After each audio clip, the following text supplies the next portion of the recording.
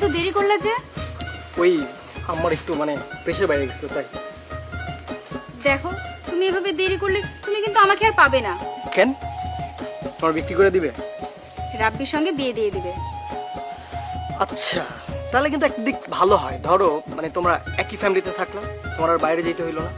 এত ঝড় ঝাপটার পরও, 1 বছর আমরা রিলেশন করার পরও আর তুমি মজা নিচ্ছ? এই পাগল, ইয়ার কেউ বোঝো না, দুষ্টুমি করছি না। দোহাই তোমার, তুমি একটু সিরিয়াস হও। আমরা প্রেমের প্রথম থেকেই জানি আমাদের দুই পরিবারের মধ্যে কখনো মিলও হবে না, বিয়ের প্রস্তাবও কখনো সম্ভব না। বুঝতে পেরেছি। তার মানে আমাদের পালিয়ে বিয়ে করতে হবে কি, তাই তো?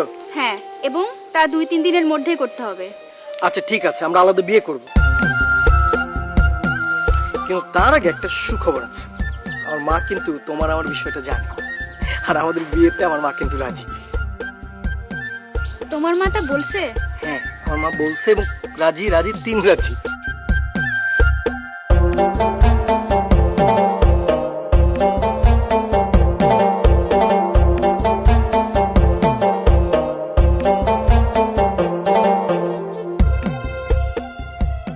বাবারে, আমার শত্রুর মেয়ে আমারই ঘরে বসবে শুবে, আমি যে কিছুতেই মেনে নিতে পারছি না।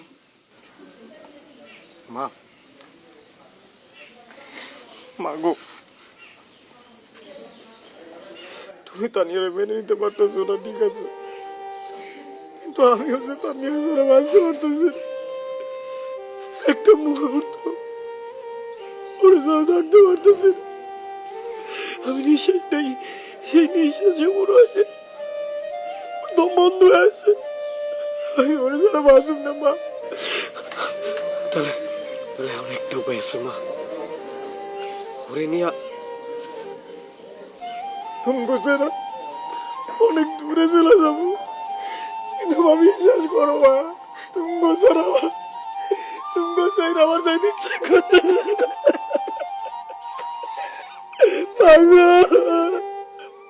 তুমি গোছার আমি থাকতে পারুম না, তানিয়ার ছাড়া থাকতে পারুম না। তুমি আমার বাঁচাও মা, মাকে তুমি বাঁচাও মা। ঠিক আছে বাবা, ঠিক আছে, আমি মাইনা নিচ্ছি। তাই না, ও যেন এবারে তাইসা আমার চোখের সামনে না আসে। তুমি তুমি সত্যি কইতাছো? তুই তানিয়ার মেনে নিবা? না না, ও তোমার চোখের সামনে পড়বো না। দাঁড়াও, আমি এখনই তানিয়ার ফোনতে তাহলে আমরা সত্যি বিয়ে করছি? হ্যাঁ করছি, কিন্তু এই আমার না আসলে কয়েকটা দিন সময় লাগবে। আচ্ছা ঠিক আছে।